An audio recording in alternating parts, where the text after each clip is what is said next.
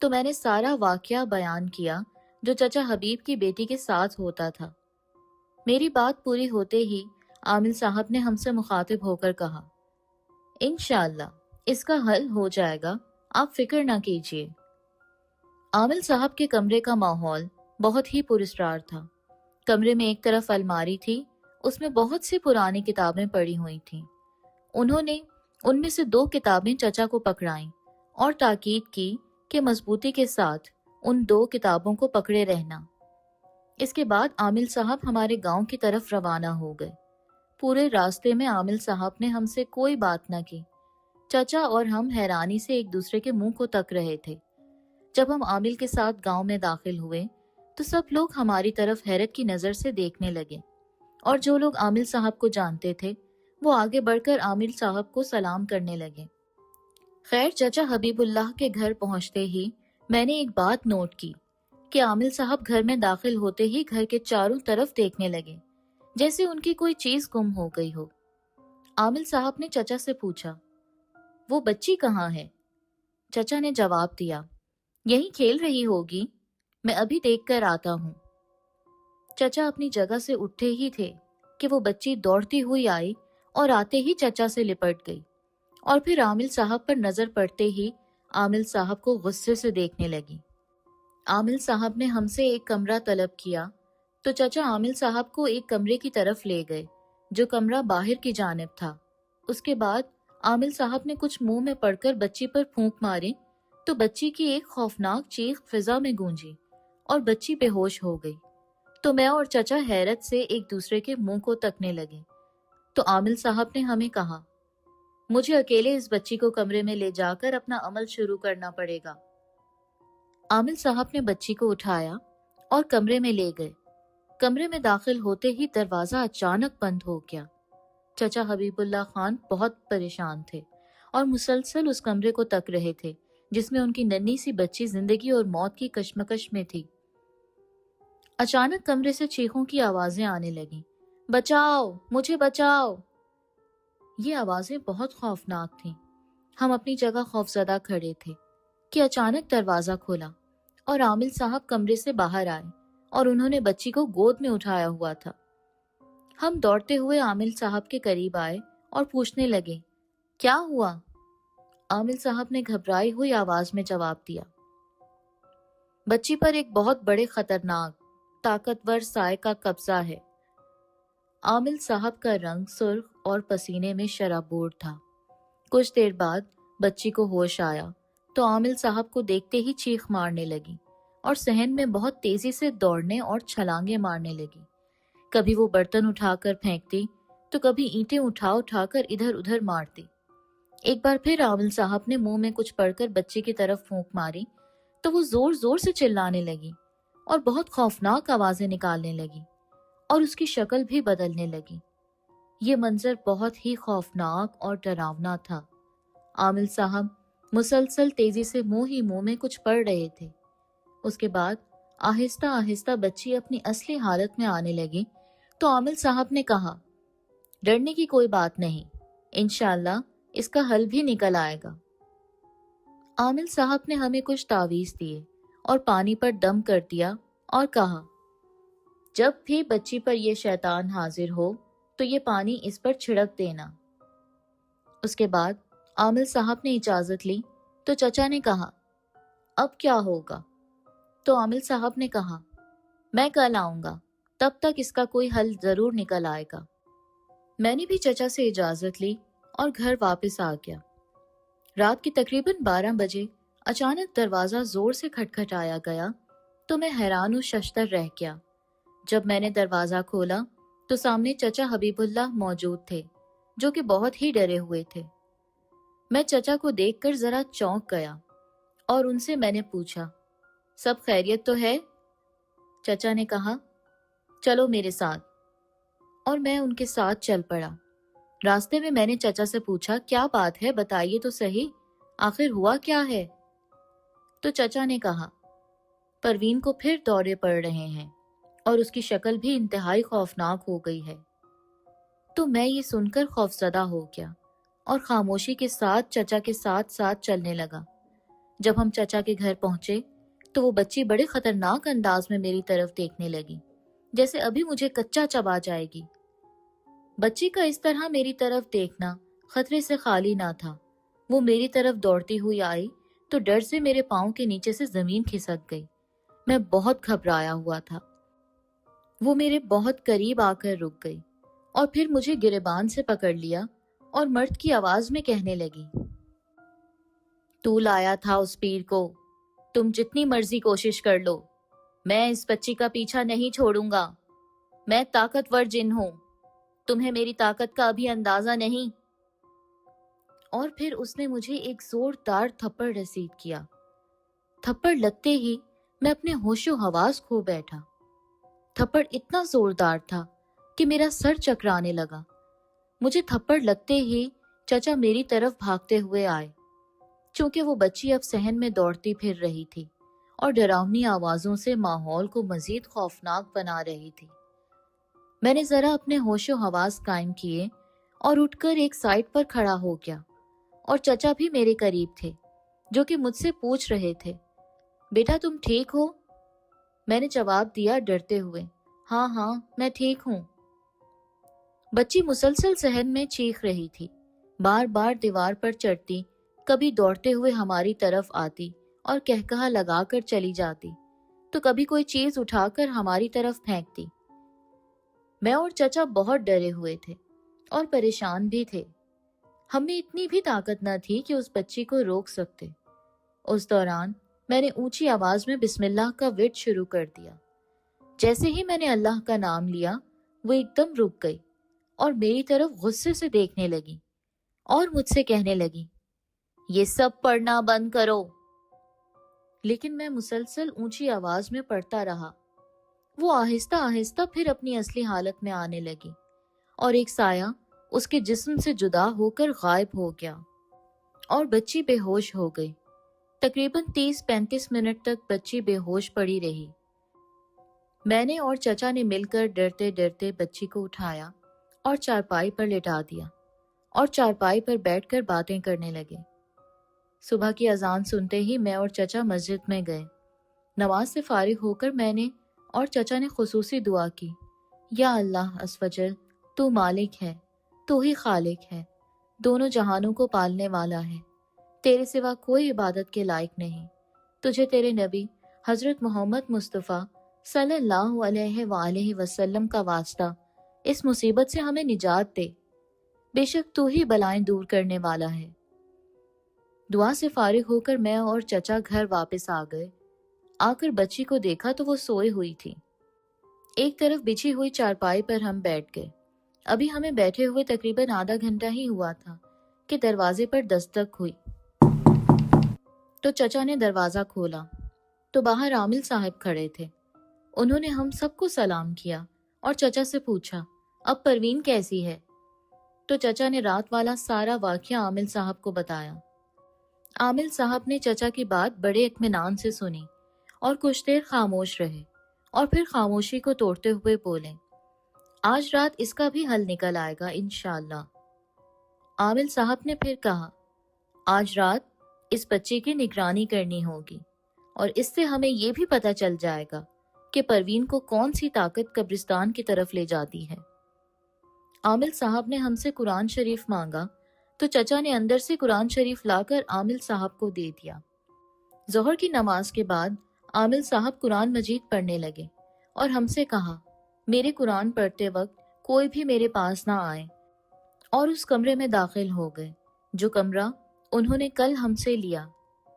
کمرے میں عامل صاحب کو داخل ہوئے 1 گھنٹہ گزر گیا، پھر دوسرا گھنٹہ بھی گزر گیا، پھر تیسرا گھنٹہ بھی گزر گیا۔ گزرتے گزرتے 4 گھنٹے بعد عامل صاحب کمرے سے باہر آئے۔ اب شام ہو چکی تھی۔ عامل صاحب نے ہم سے کہا، وہ قبرستان کدھر ہے؟ میں اور چچا عامل صاحب کو اس قبرستان کی طرف لے گئے جدھر رات کو وہ بچی جایا کرتی تھی۔ گھر سے تقریباً 5-6 منٹ کے فاصلے پر وہ قبرستان تھا۔ قبرستان میں ہر طرف سناٹا، خاموشی اور اندھیرا ہی اندھیرا تھا۔ عامل صاحب نے میری طرف مخاطب ہو کر کہا، وہ قبر کہاں ہے جہاں سے وہ سایہ نکلتا ہے؟ میں عامل صاحب کو اس قبر کے پاس لے آیا۔ پھر عامل صاحب نے مجھ سے کہا، مجھ سے دور ہو جاؤ، جب تک میں تم کو نہ بلاؤں میرے پاس مت آنا۔ عامل صاحب قبر کو غور سے دیکھنے لگے اور منہ ہی منہ میں کچھ پڑھنے لگے۔ پھر انہوں نے اپنی سائڈ والی جیب سے 4 بڑی بڑی کیلیں نکالی اور قبر کے چاروں کونوں پر گاڑ دیں، تو قبر سے خوفناک آوازیں آنے لگیں، جس سے ہم خوفزدہ ہو گئے۔ تو عامل صاحب نے ایک طرف ایک گول دائرہ لگایا اور اس میں بیٹھ گئے، اور ہمیں بھی ایک دائرے میں بٹھا دیا اور ہم سے کہا، جب تک میں نہ کہوں تم دونوں اس دائرے سے ہرگز باہر نہیں نکلنا، ورنہ بہت نقصان اٹھانا پڑے گا، اس سے بچی کی جان بھی جا سکتی ہے۔ عامل صاحب نے منہ ہی منہ میں کچھ پڑھنا شروع کیا۔ ابھی ان کو عمل شروع کیے ہوئے 4-5 منٹ ہی ہوئے تھے کہ ایک خوفناک جن نظر آیا، جس کے ہاتھ میں ایک بہت بڑی تلوار تھی۔ پہلے اس جن نے عامل صاحب کو بہت ڈرایا دھمکایا، لیکن وہ عامل ثابت قدم رہے۔ اس کے بعد وہ جن ہماری طرف دوڑا، جس سے میں اور چچا گھبرا گئے۔ یہ خوفناک منظر دیکھ کر میں ڈر کے مارے دائرے سے باہر جانے ہی والا تھا کہ چچا نے میرا ہاتھ پکڑا اور مجھے اندر رہنے کی تاکید کی، لیکن جیسے ہی جن کے پاؤں نے دائرے کو چھوا، اس کی خوفناک چیخ فضا میں بلند ہوئی۔ اف میرے خدا! اس کی شکل اس قدر ہیبت ناک تھی کہ اسے دیکھ کر ہمارے رونگٹے کھڑے ہو گئے۔ ابھی ایک بلا سر سے ٹلی ہی تھی کہ اچانک دوسری طرف سے خوفناک آوازیں آنے لگیں۔ ہم نے اس طرف مڑ کر دیکھا تو کئی بدروہیں ہماری طرف بھاگم بھاگ دوڑ رہی تھیں۔ جیسے ہی بدروہوں کے پیر اس دائرے کو چھوتے، وہ رونے لگتیں، لیکن وہ بلائیں سر سے نہ ٹلی اور مسلسل ہم کو ڈرانے دھمکانے لگیں۔ یہ منظر انتہائی خوفناک اور دشوار تھا۔ وہ بہت خوفناک تھیں۔ بال بکھرے ہوئے، ناخن بڑے اور دانت بھی نوکیلے تھے جو باہر کی جانب مڑے ہوئے تھے، اور آنکھیں جیسے 0 پاور کے سرخ بلب کی طرح۔ یہ منظر اتنا خوفناک تھا کہ دیکھنے کے قابل تک نہ تھا۔ ادھر عامل صاحب اب اونچی آواز میں قرآنی سورتیں پڑھنے لگے۔ جیسے ہی انہوں نے اپنی آواز بلند کی تو ان بدروحوں کو آگ لگ گئی اور زور زور سے چیخیں مارنے لگیں اور اچانک غائب ہو گئیں، اور پھر قبر سے چیخنے کی آوازیں آنے لگیں، اور قبر کے اندر سے ایک پراسرار سا سایہ نکلا اور گرجدار آواز میں بولا، اے بڈھے، تو جو کچھ پڑھ رہا ہے بہت غلط کر رہا ہے، تو یہ کام نہ ہی کر تو اچھا ہے، یہ اپنا پڑھنا بند کر اور یہاں سے نکل جا۔ یہ الفاظ سن کر عامل صاحب کو غصہ آ گیا اور جوابی انداز میں کہا، اگر تجھے اپنی جان پیاری ہے تو اس بچی کا پیچھا چھوڑ دے، ورنہ جلا کر بھسم کر دوں گا۔